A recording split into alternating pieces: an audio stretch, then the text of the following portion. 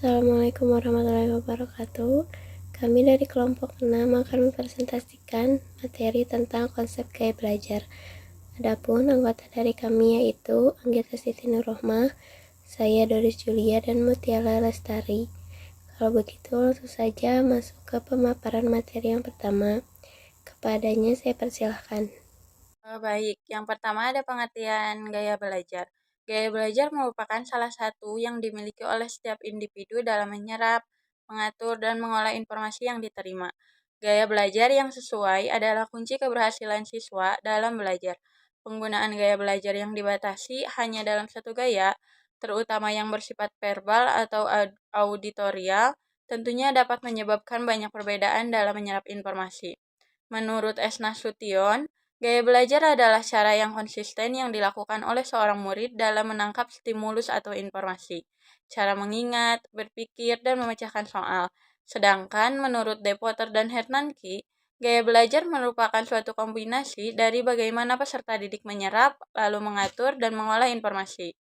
Di Tadun, seorang pelopor di bidang gaya belajar telah menemukan banyak variabel yang mempengaruhi cara belajar orang. Ini mencakup faktor-faktor fisik, emosional, sosiologis, dan lingkungan. Sebagian orang, misalnya, dapat belajar paling baik dengan cahaya yang terang, sedang sebagian yang lain dengan pencahayaan yang suram. Ada lagi orang yang belajar paling baik secara berkelompok, sedang yang lain lagi memilih adanya figur otoriter seperti orang tua atau guru. Yang lain merasa bahwa bekerja sendirianlah yang paling efektif bagi mereka.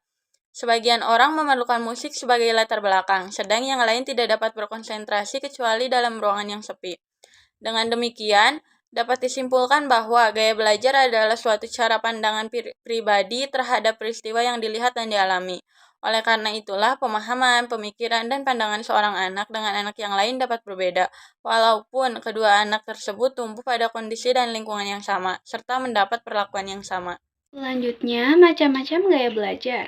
Menurut De Potter dalam bukunya Tutik Rahmawati dan Daryanto yang berjudul Teori Belajar dan Proses Pembelajaran yang Mendidik, terdapat 3 modalitas atau tipe dalam gaya belajar, yaitu visual, auditori, dan kinestetik. Nah, yang pertama, gaya belajar visual. Peserta didik yang bergaya belajar visual dapat dilihat dari ciri-ciri utama, yaitu menggunakan modalitas belajar dengan kekuatan mata atau penglihatan.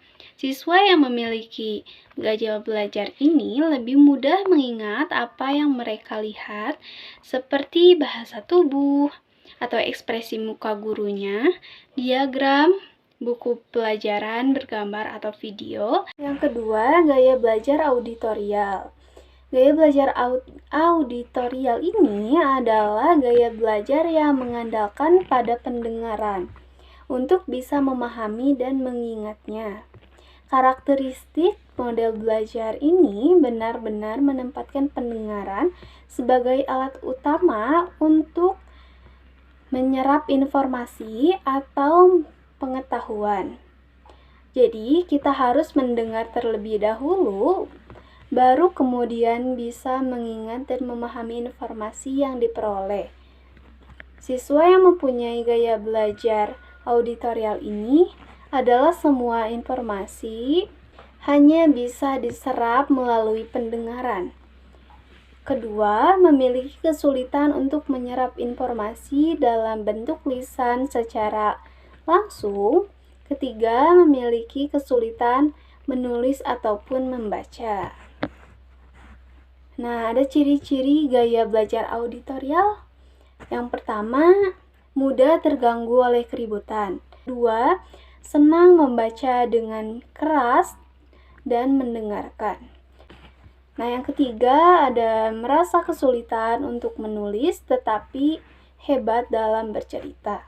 Yang keempat, suka berbicara di depan umum, suka berdiskusi di dalam kelompok, dan menjelaskan sesuatu panjang lebar. Yang kelima, menyukai musik atau sesuatu yang bernada dan berirama. Dan gaya belajar yang ketiga yaitu gaya belajar kinestetik.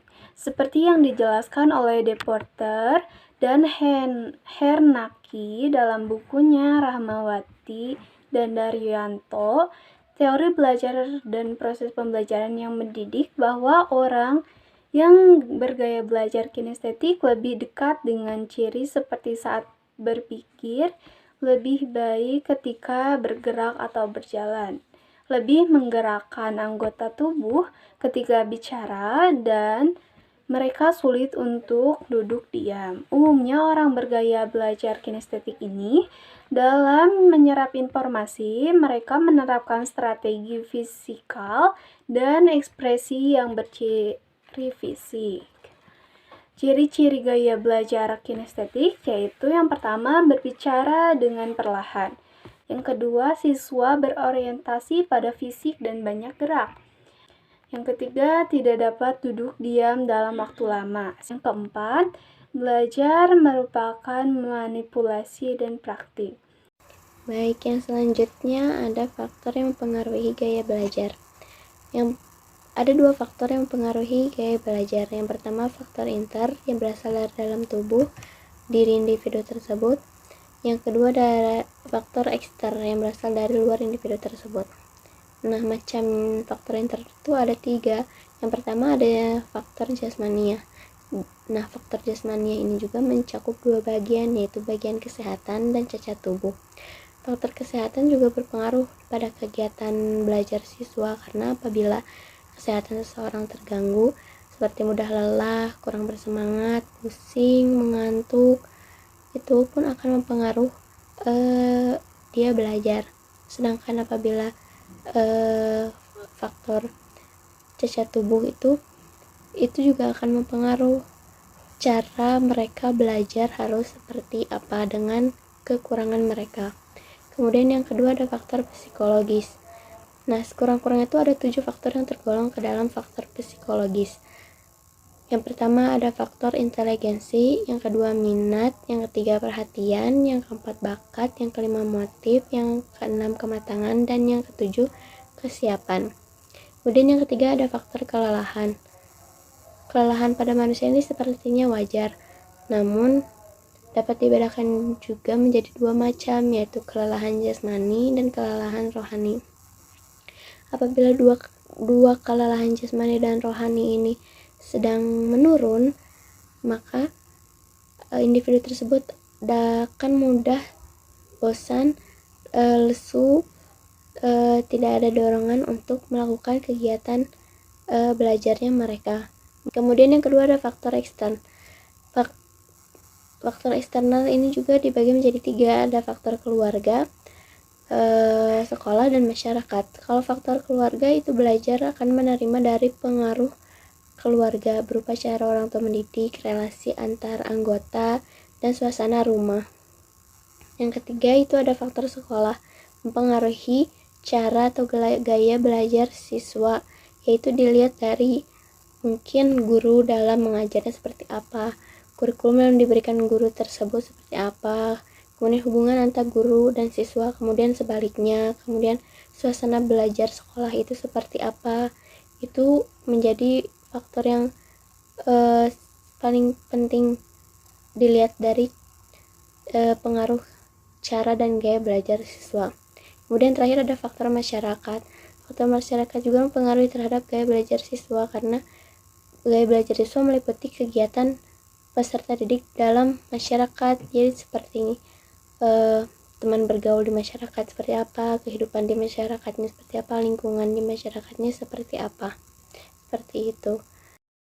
Selanjutnya ada strategi dalam mengatasi gaya belajar. Strategi belajar merupakan usaha atau cara yang mendukung proses belajar dalam mengatasi berbagai hambatan yang muncul dalam belajar.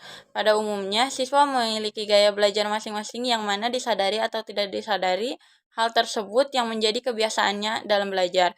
Nah, selanjutnya ada strategi belajar yang dapat dilakukan berdasarkan gaya belajar menurut Deporter pada tahun 2009. Yang pertama, gaya belajar visual. Strategi yang bisa diterapkan yakni dengan yang pertama menggunakan materi visual seperti gambar-gambar, diagram, dan peta. Yang kedua, gunakan warna untuk meng-highlight hal-hal yang penting. Yang ketiga, ajak anak untuk membaca buku-buku berilustrasi. Yang keempat, gunakan multimedia seperti komputer dan video. Yang kelima, ajak anak untuk mencoba mengilustrasikan ide-idenya ke dalam gambar. Yang kedua, ada gaya belajar auditori. Strategi belajar yang bisa dilakukan yaitu yang pertama, ajak anak untuk ikut berpartisipasi dalam diskusi baik di dalam kelas maupun di dalam keluarga. Yang kedua, dorong anak untuk membaca materi pelajaran dengan keras. Yang ketiga, gunakan musik untuk mengajarkan anak. Yang keempat, diskusikan ide dengan anak secara verbal. Yang kelima, biarkan anak mereka materi pelajarannya ke dalam kaset dan dorong dia untuk mendengarkannya sebelum tidur. Yang ketiga, ada gaya belajar kinestetik. Strategi belajar yang bisa diterapkan yaitu, yang pertama, jangan paksakan anak untuk belajar sampai berjam-jam.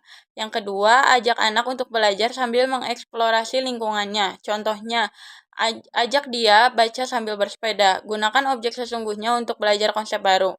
Yang ketiga, izinkan anak untuk mengunyah permen karet pada saat belajar. Yang keempat, gunakan warna terang untuk meng-highlight hal-hal penting dalam bacaan. Yang kelima, izinkan anak untuk belajar sambil mendengarkan musik. Oleh sebab itu, dibutuhkan strategi belajar yang sesuai dengan kebutuhan gaya belajar siswa, agar siswa mampu mengembangkan kemampuannya sesuai dengan bakat atau gaya yang dimiliki. Sekian dari saya kembalikan kepada moderator. Terima kasih. Simpulan, gaya belajar adalah salah satu cara pandangan pribadi terhadap peristiwa yang dilihat dan dialami oleh seorang individu. Terdapat 3 tipe gaya belajar, yaitu auditori, visual, dan kinestik. Variabel dan faktor juga mempengaruhi gaya siswa, itu diantaranya ada faktor inter dan faktor eksternal. Mungkin sekian dari kelompok kami yang dapat disampaikan. Maaf apabila ada kekurangan ataupun kesalahan. Kelompok kami pamit undur diri. Wassalamualaikum warahmatullahi wabarakatuh.